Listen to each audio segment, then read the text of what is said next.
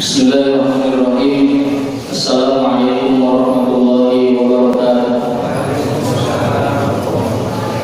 Alhamdulillah hamdan katsiran thayyiban mubarakan fihi kama yuhibbu rabbuna wa yarda. Wa sallallahu ala Muhammadin wa ala alihi wa ashabihi wa man tabi'ahum bi ihsanin ila yaumiddin.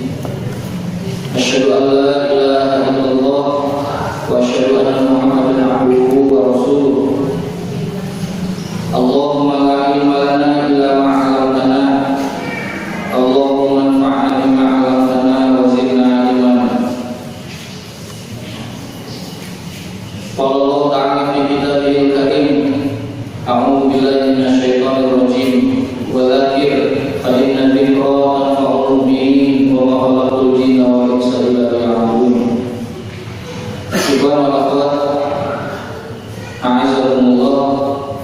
Alhamdulillah di malam hari ini kita dipertemukan kembali oleh Allah Subhanahu wa taala untuk melanjutkan pembahasan kita adab wa dawa, menambah keilmuan kita sebagai bekal dalam hidup untuk beragama. Dan di malam hari ini kita akan lanjutkan pembahasan tentang dosa. Terakhir kita telah membahas tentang pembagian dosa atau jenis-jenis dosa. Ada dosa yang berkaitan dengan Allah Subhanahu wa taala. Ada dosa seperti disebut dengan dosa yang berkaitan seperti dosa-dosa hewan atau dosa seperti sifat-sifat hewan. Ada juga dosa yang berkaitan dengan sifat-sifat setan, dan ada juga dosa yang berkaitan dengan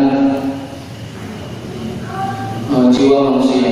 Kemarin sudah dibahas, ada tentang mulkiyah, sabariyah, kemudian syaitaniyah, kemudian yang terakhir adalah bahimiyah.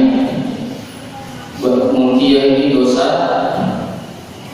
berkaitan sama Allah, berkaitan dengan kekuasaan Allah. Misalnya seseorang membuat tandingan di sisi Allah, ini sudah urusan dengan Allah Subhanahu wa taala. Kalau yang kedua tadi ya, dosa syaitaniyah, sifat-sifat asli syaitan kemudian kita lakukan. Yang ketiga adalah dosa yang muncul dari asal jiwa kita, seperti hasad atau marah dan lain-lain, permusuhan dan lain-lain. Kemudian yang terakhir adalah dosa bahimiyah atau dosa berkaitan seperti sifat-sifat hewan. Ya, sifat hewan yang kita bahas sebelumnya. Ya, di antara sifat hewan seperti hewan khinzir, kalun, ya, yang mereka ini memiliki sifat yang ada pada kehidupan kita, ya, yang ada pada kehidupan. Pernah saya jelaskan ya, tentang sifat-sifat itu. Hari ini kita akan bahas bahwa kesimpulan dari itu semua bahwa dosa dibagi dua. Ada dosa kecil, ada dosa besar. Ada dosa kecil dan ada dosa besar. Adapun dosa besar disebutkan di antaranya adalah di dalam beberapa hadis dan juga di dalam Al-Quran. Allah mengatakan di dalam surah An-Nisa ayat 31, kata Allah, in tajtanibuna kaba'ira ma tunhauna anhu. In tajtanibuna, kalau kalian menjauhi kaba'ir, perbuatan dosa besar. Kalau menyebutkan kaba'ir berarti ada sesuatu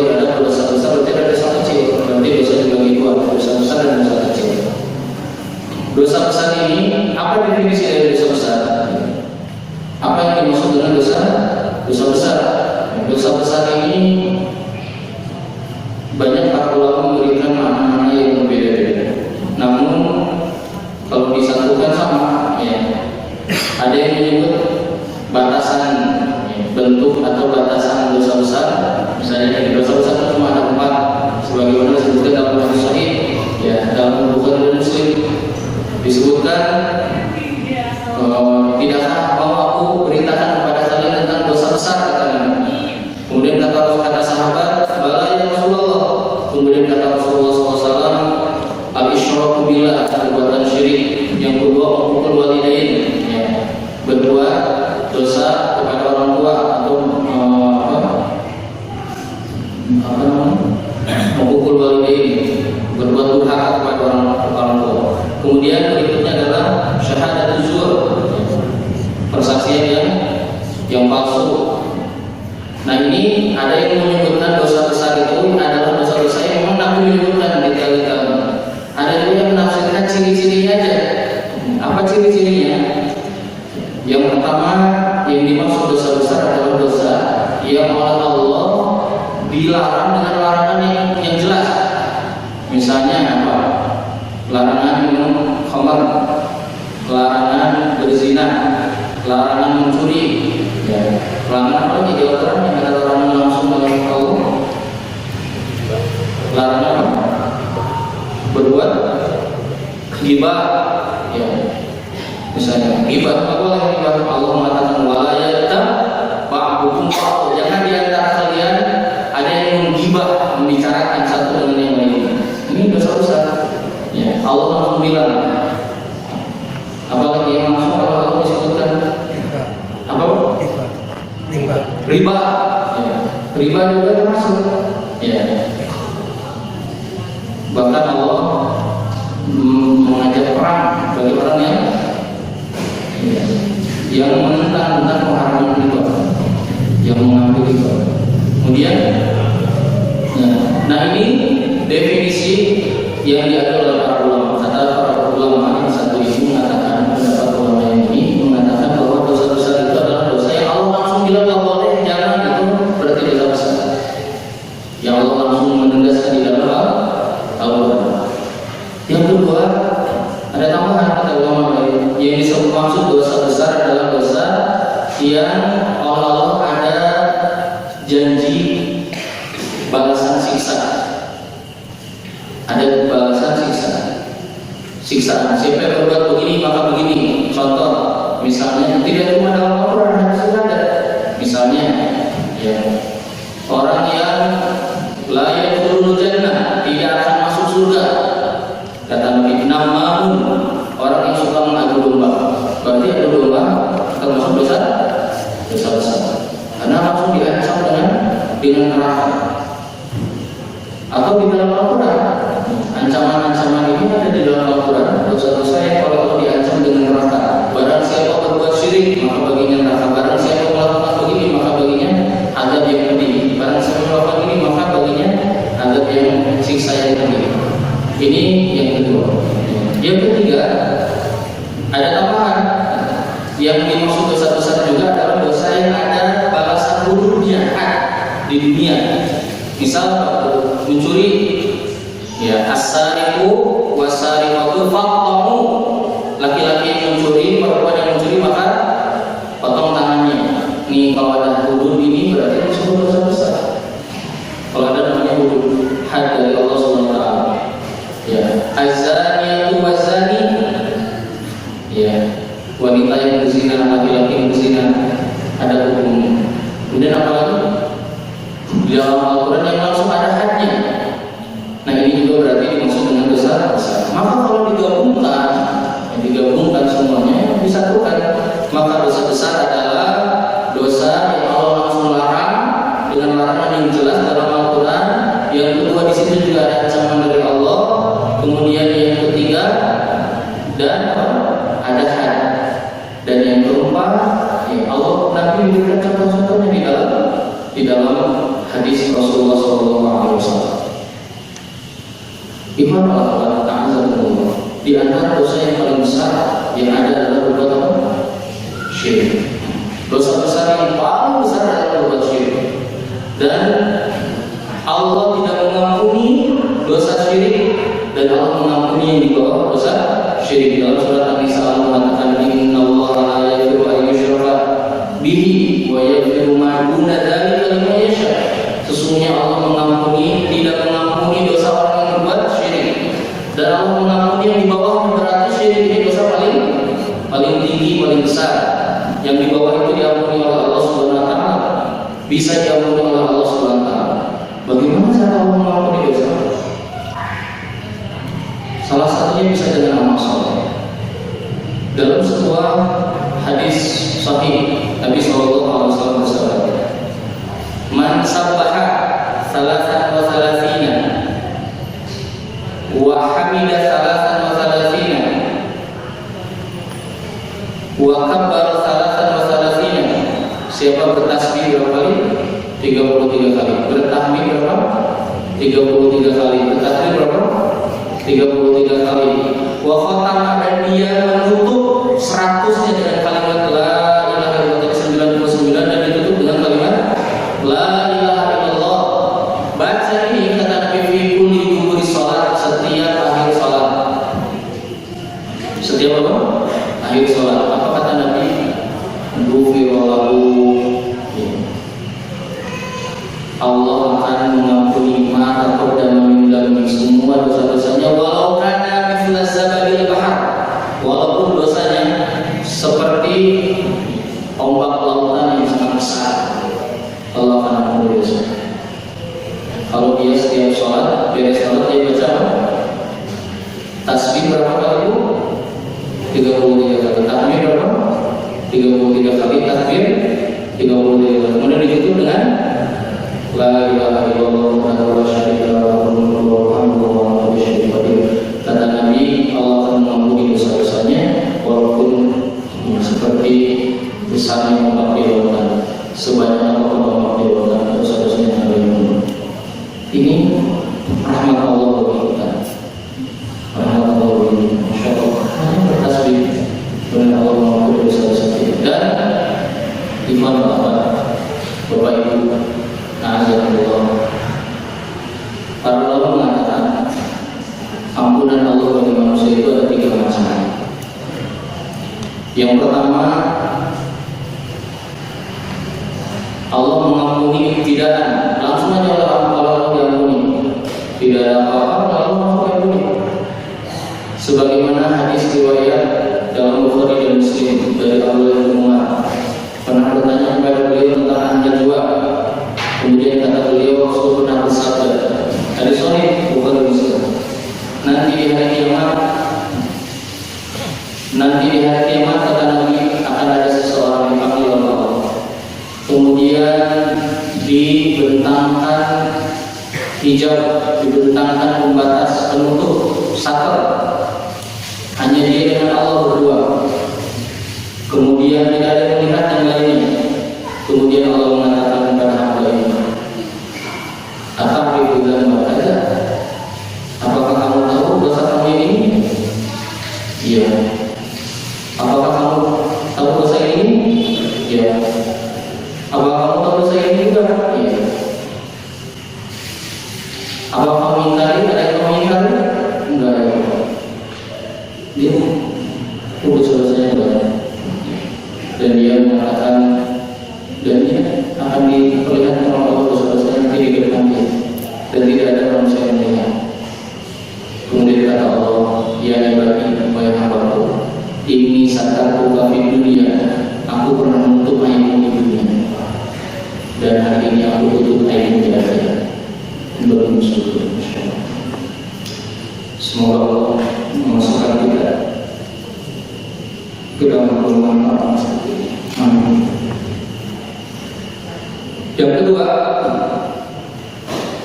Allah mengampuninya setelah ada muwazanah, setelah ada timbangan.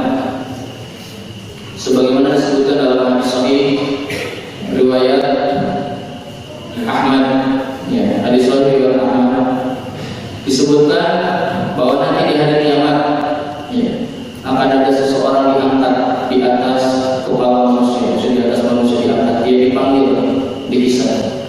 Kemudian dibentangkan sijilat itu lembaran-lembaran dosa. Kata Nabi, ismun wa ismuna sijilat, jumlahnya adalah 99 lembaran dosa. Satu sijilatnya sepanjang dia memandang, dan isinya semuanya dosa. Isinya semuanya dosa. Hidup dari mulai dia balik sampai meninggal, siang, pagi, sore, malam, dosa. Kemudian kata Nabi, kemudian Allah mengatakan, wahai hambaku, apakah kamu mengenal sama dosa-dosa ini? Bala ya Allah. Nggak ada yang bisa mengingkarinya di hari ini. Nanti di hari yang masih mau kita akan berkata jujur. Tidak ada yang bisa berkata berdusta. Kemudian apa kamu tahu dosa-dosa ini semuanya? Ya tahu ya. Kamu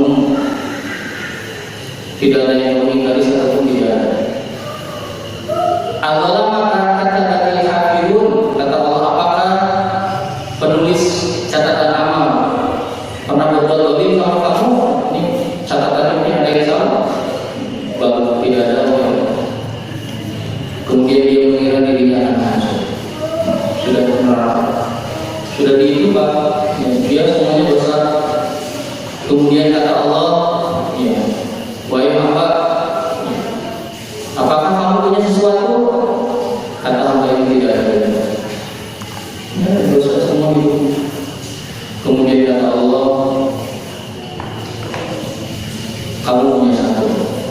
Padaku ada bitoh kartu.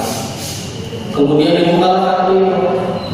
Kemudian kata Nabi, di dalam kartu itu tertulis, asyhadu an la ilaha illallah wa asyhadu anna Muhammadar Rasulullah.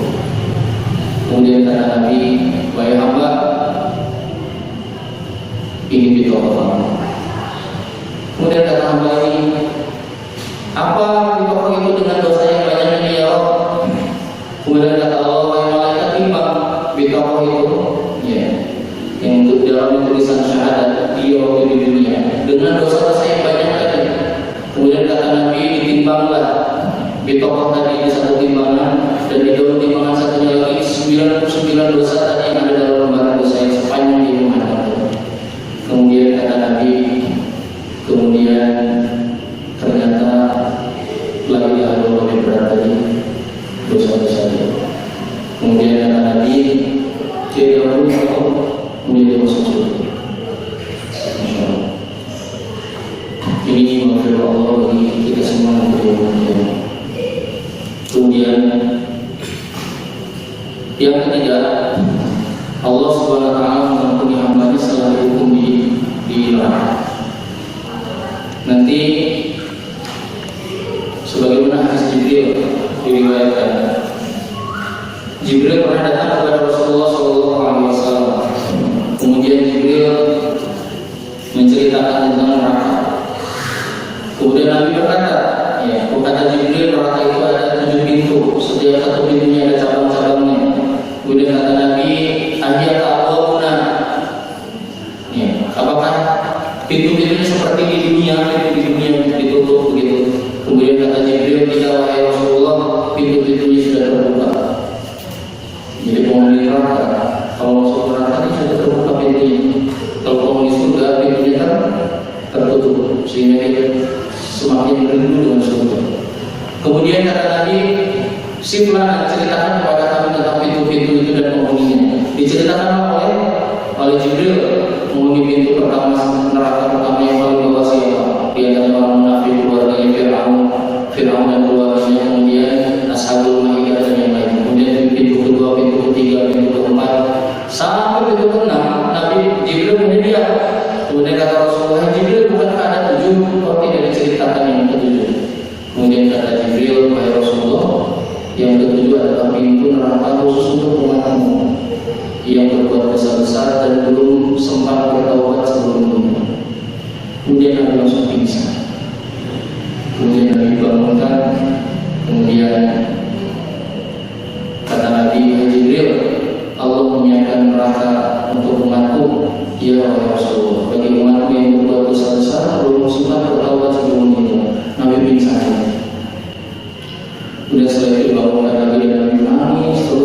Nabi selama sebulan tidak keluar rumah kecuali masjid. Abu Bakar datang ke rumahnya, Nabi tidak menemui. Umar datang, Nabi tidak menemui. Nabi ditanya oleh Fatimah, kata Rasulullah, wahai Fatimah, ada neraka yang Allah siapkan untuk umatku, dan Rasul merasa sedih. Nah ini dan ini gimana ya? Hadis ini menjadi pelajaran bahwa taubat itu harus selalu kita lakukan setiap saat. Kita tidak tahu kemana kita akan. Dan kita harus lebih sibuk memikirkan diri kita sendiri daripada urusan orang lain dalam urusan amal dan dosa. Dan urusan dosa. Karena kita belum tentu selamat, maka kita harus lebih banyak beristighfar dan taubat setiap hari. Nabi Muhammad sudah dijamin ya segala sesuatunya di yaumil kiamat nanti. Ya setiap hari beristighfar, kata Nabi, wallahi inilah astagfirullah wa atubu ilaihi. Aku beristighfar setiap hari, sungguh aku beristighfar setiap hari dan bertaubat kepadanya lebih dari berapa? 70 kali sampai WKI sampai 100 kali. Karena kita tidak tahu manusia itu. Nah, yang golongan ini dia masuk neraka dulu, kemudian dibersihkan oleh Allah SWT, kemudian dia diangkat, kemudian dimasukkan ke dalam surga. Di antara mereka, ya, dalam riwayat yang saya dikatakan kemudian nanti akan dicari orang-orang yang di hatinya sampai nanti akan diselamatkan, walaupun di dalam hatinya, di dalam dirinya ada iman walaupun sebiji zarrah, dia akan diselamatkan dari api neraka dan mereka akan dimasukkan ke dalam surga. Ya. Tadi sore saya membahas tentang keutamaan sujud. Ada riwayat yang menjelaskan bahwa sujud adalah amalan yang besar. Sujud bahkan di hari kiamat di neraka, orang yang pernah bersujud kepada Allah dan dimasukkan ke neraka dulu, maka semua badan, semua jasadnya akan hancur kecuali anggota yang pernah dia gunakan untuk sujud. Karena Allah mengharamkan anggota badan terkena di situ oleh api neraka yang anggota badan yang pernah digunakan untuk sujud. Maka kita bersujud kepada Allah SWT.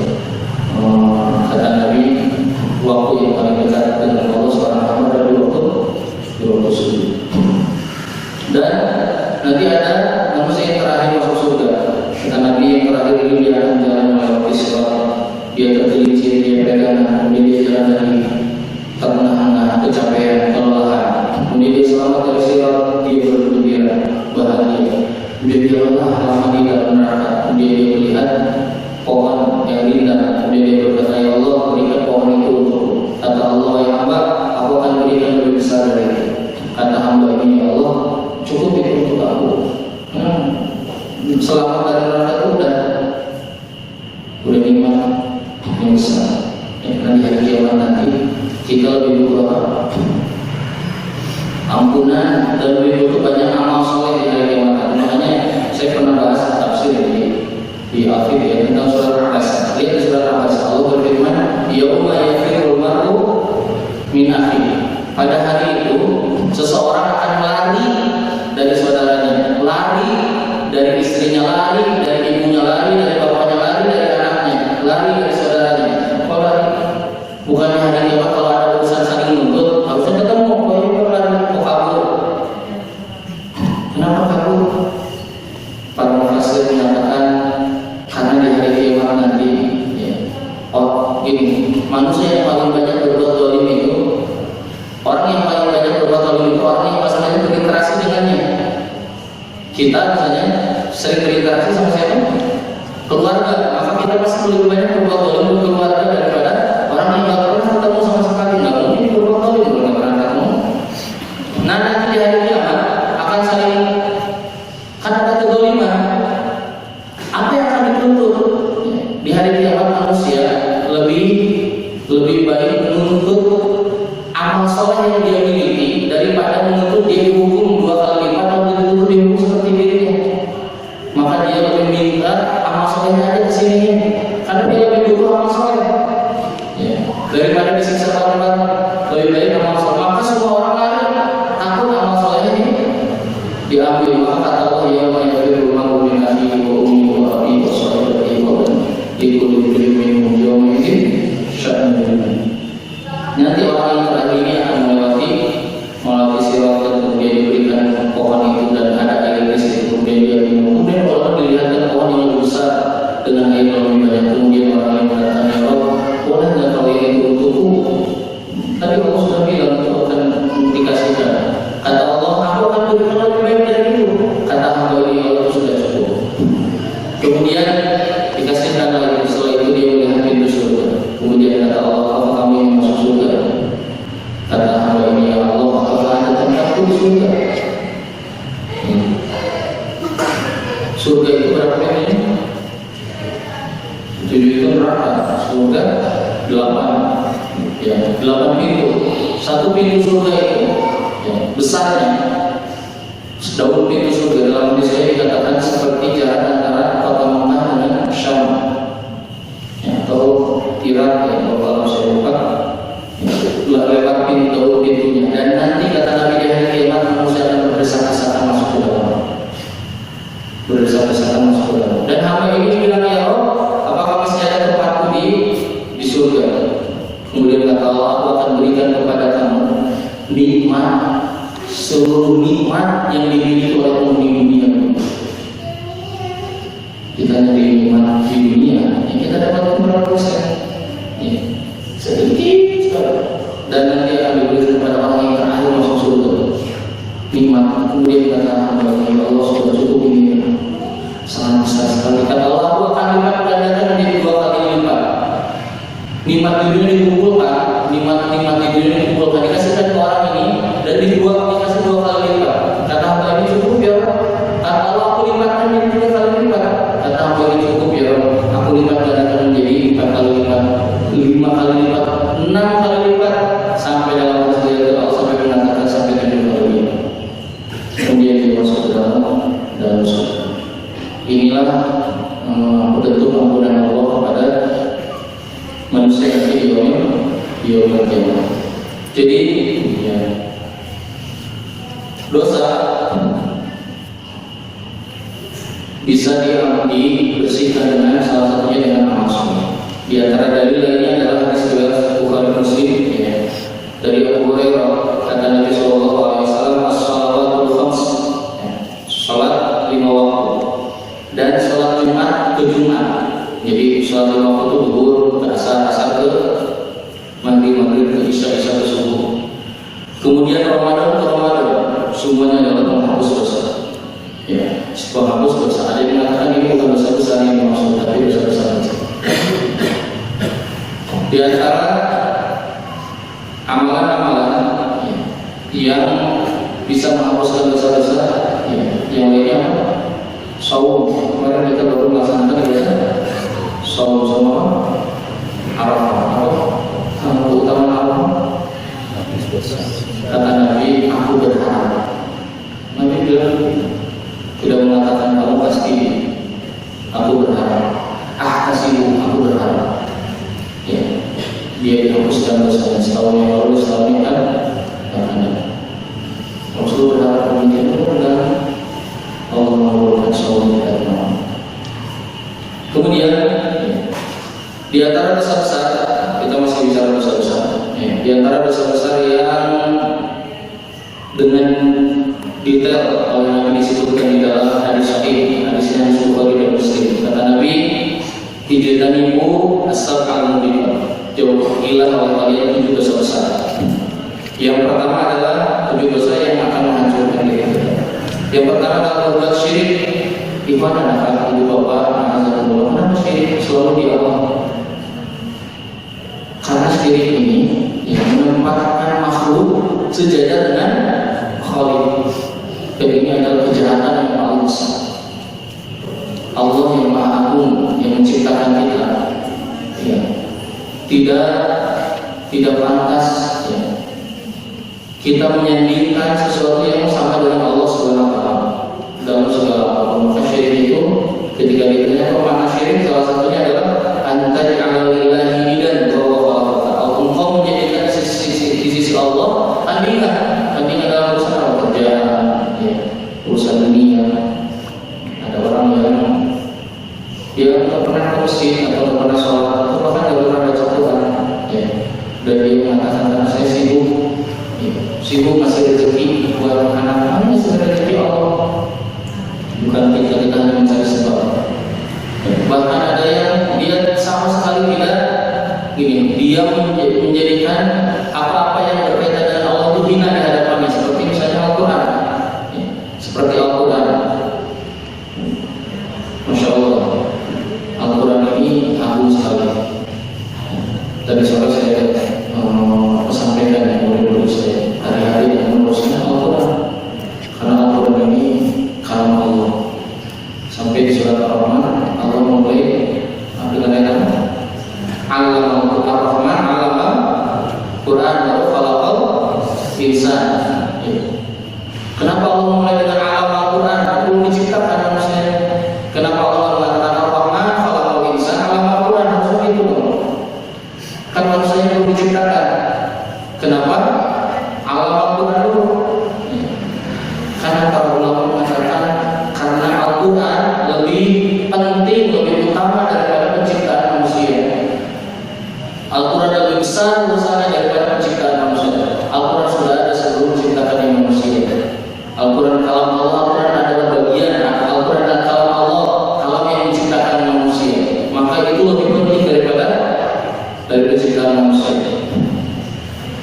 Bahkan banyak orang yang Masya Allah Al-Quran dilewat, ada musafir yang orang disentuh, ya, dia bilang saya lagi sibuk, ya, mengejar karir. Allah mengatakan Al-Quran khalaqal insan. Al-Quran lebih penting daripada penciptaan kamu, lagi karir kamu. Kenapa meninggalkan Al-Quran? Dan Al-Quran turunnya berat. Al-Quran turunnya berat. Nabi SAW ditanya dalam hadis sahih riwayat Bukhari, kata Abdullah bin Amr, ya Rasulullah, hal tuhisu bil wahyi, apakah kamu merasakan ketika turunnya wahyu? Kata Rasulullah, kalau datang wahyu, aku merasakan seperti datang solasi, seperti ada dentuman-dentuman berkesan. Kata Nabi, kalau itu sudah terdengar, aku langsung diam karena akan dibacakan wahyu Allah. Kata Nabi, ketahuilah, tidaklah setiap datang dentuman itu kecuali aku selalu merasakan itu aku akan mati. Betul aku. Ketika turun surah Al-Mudaththir, Nabi langsung sakit, mengatakan kepada Khadijah, "Kasiru selimut ya Muslim." Lalu Al-Quran yang datang ke kita biasa aja. Ya. Al-Quran, ada orang baca Al-Quran sebulan ini. Tempatnya mungkin baca Al-Quran. Al-Quran. Ikhwan apa? Al-Quran itu ada yang Allah diturunkan disambutnya oleh 70.000 malaikat. Salah satu surat Al-An'am dalam hadis sahih disebutkan ketika turun surat Al-An'am 70.000 malaikat menyambutnya dan mengiringinya sampai diterima oleh Nabi Muhammad SAW. Surat Al-An'am sekarang datang kita ini saja surat Al-An'am kayak apa? Surah ayat kursi dalam hadis sahih dikatakan ketika turun ayat kursi, ya 10.000 malaikat menyambutnya, mengiringinya sampai kepada Nabi Muhammad SAW. Ya, nah ini membuat tandingan-tandingan di sisi Allah. Syirik ini bagian-bagian daripada syirik.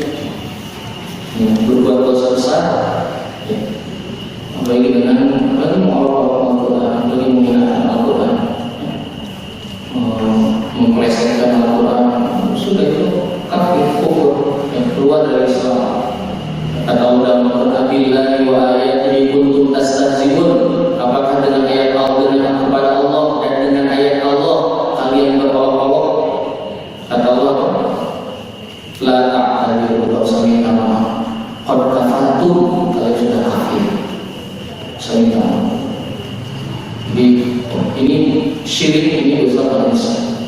Bahkan kata Allah dalam Al-Quran, wal fitnatu asyaddu minal qatl. Apa tafsir fitnah itu?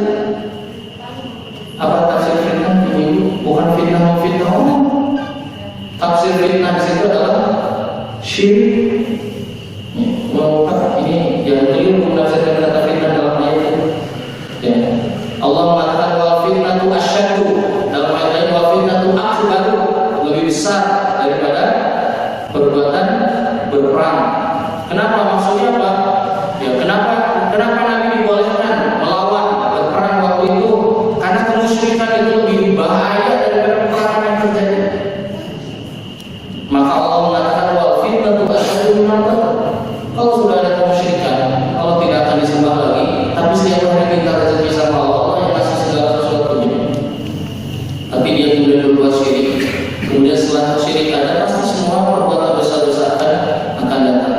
Dan ini lebih besar daripada pembunuhan, daripada peperangan. Maka Allah mengatakan wal fitnatu akbaru minal qatl. Itu dimaksud dalam perbuatan syirik. Maka kalimat-kalimat agung, para ulama mengatakan kalimat-kalimat agung yang bisa kita baca di hadapan Allah dalam ibadah-ibadah kita adalah kalimat tauhid. Kalimat-kalimat yang bunyinya yaitu la ilaha illallah wahdahu la syarika lahu lahul mulku wa lahul hamdu wa huwa ala kulli syai'in qadir. Subhanallah walhamdulillah wa la ilaha illallah wa la haula wa la quwwata illa billah. Semua ini berkaitan dengan dua ayat yang ada di surat Al-Fatihah, yaitu iyyaka na'budu wa iyyaka nasta'in. Tauhid. Kita beribadah hanya kepada Allah, minta tolongnya juga kepada Allah. Ini inti dari Al-Quran, inti dari surat Al-Fatihah, bahwa kita hanya kepada Allah SWT beribadah, hanya kepada Allah kita meminta pertolongan. Maka tidak boleh ada yang lainnya di sisi Allah SWT. Tidak boleh ada menjadi tandingan di hadapan Allah SWT. Dan salah satu bentuk dosa besar adalah ketika kita tidak tunduk dengan hukum Allah. Misal, kayak ibadah. Misalnya pembagian warisan. Harusnya tapi mau bagi warisan itu, hesek gitu, taruhnya dia masih ada yang minum itu. Siapa yang minum rezeki Allah yang mendapat rezeki? Kata Allah dalam surat Al-Zariyat, wa fis samaa'i rizqukum, rezeki kamu adanya di langit. Wa ma tu'adun, bukan kamu yang rezeki. Ikuti aturan-aturan dari Allah SWT. Dalam ayat Al-Quran dikatakan orang-orang beriman itu idza qadallahu amrun, kalau Allah menetapkan sebuah urusan dan Rasulnya idza qadallahu rasuluhu amran, kalau Allah Rasul sudah menetapkan sesuatu, ya, tidak ada pilihan kecuali mengambil pilihan. Selesai.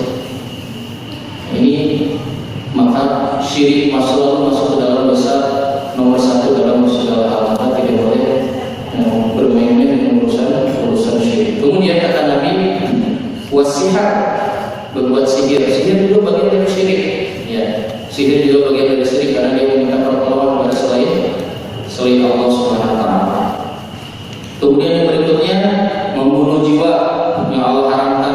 Maksudnya membunuh orang beriman, ya, membunuh manusia tanpa ada alasan apapun, ya, tanpa ada hukum. Yang Islam itu sangat hati-hati dalam proses membunuh. Kalau Bapak Ibu bahas ya atau mengkaji tentang peperangan Nabi itu selama di Madinah saja 33 kali korbannya yang meninggal sedikit. Ya, lihat kali ini peperangan. Ya, sekali perang ribuan orang meninggal.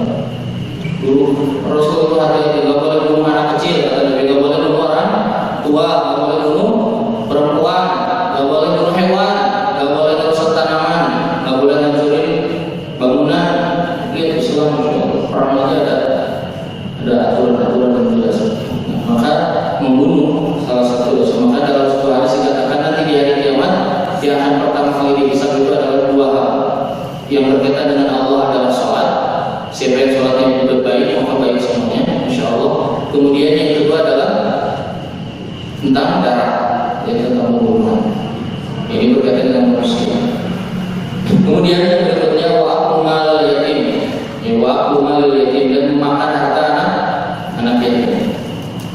Ya, yatim yang dimaksud itu siapa? Yatim itu siapa maksudnya? Yatim itu yang siapa yang meninggal? Ayahnya, ya, ayahnya yang meninggal, ayahnya. Kalau itu bukan yatim, ayahnya.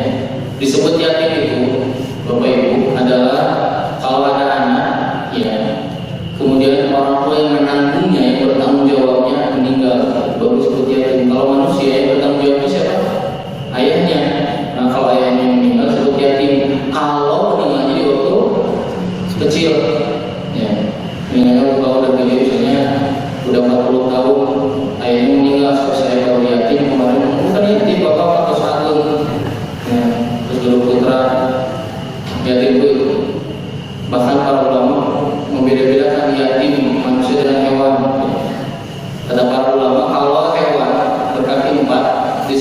yatim itu kalau yang meninggal, yang matinya siapa? Pak bukan ya, ini apa tambahan wawasan. Hewan berkaki 4, kambing, sapi, atau hewan lah, ayam dan lain-lain. Disebut yatim, ini bahasa Arab kan? Disebut yatim kalau yang matinya siapanya? Induknya atau bapaknya? Induknya. Ada bapak nama tak apa sahabat? Ya, kambing yang bertanggung jawab itu yang ngurusnya ibunya. Ya, lihat ayam, begitu. Bebek itu, ya 100 bebek, bapaknya 1 yang mengayomi. Jadi ini sampai dibahas oleh para ulama. Kalau burung kata para ulama, dua-duanya, karena burung itu bapak dan ibunya mengurusi bayinya. Jadi kalau berdua-dua salah satu dari antara mereka meninggal, disebut yatim. Masya Allah, membahas anak yatim, tentang yatim di Al-Quran sampai membahas satu nama di para ulama itu sangat detail sekali. Kemudian berikutnya waktu riba dan makan harta riba. Siapanya akan terkena hukuman riba itu yang dilarang oleh Allah? Pemakannya, penulisnya, sekretarisnya, sebagai saksinya, sebagai yang membawanya, yang menerimanya, yang membantu itu terlaksana, sebagai 7 orang, ya, semuanya terkena laknat Allah SWT. Semuanya terkena laknat Allah SWT. Kemudian 2 lagi terakhir. Yang berikutnya adalah berpaling di hari peperangan, lagi perang kabur, kayak orang-orang Nabi di zaman Rasulullah. Kemudian yang terakhir adalah menuduh wanita-wanita salihah berbuat maksiat. Ini juga perbuatan dosa besar. Seperti yang pernah dilakukan oleh orang-orang munafik, ya, kepada siapa? Aisyah radhiyallahu anha. Aisyah itu ibundanya kaum muslimin. Siapa yang bilang? Allah Al-Quran, kata Allah, wa azwajuhu ummahatuhum, dan istri-istri Nabi adalah ibu-ibunya mereka semua kaum muslimin. Kemudian orang mereka difitnah oleh Allah bersihkan Aisyah dengan tulis surat Al-Quran. Karena ini termasuk dosa besar. Baik, sampai sini dulu. Insyaallah kita akan lanjutkan lagi pembahasan ini di bab selanjutnya. Kita akhiri dengan doa kepada Allah Subhanahu wa taala. Asyhadu an la ilaha illa anta astaghfiruka wa atubu ilaik. Wassalamualaikum warahmatullahi wabarakatuh.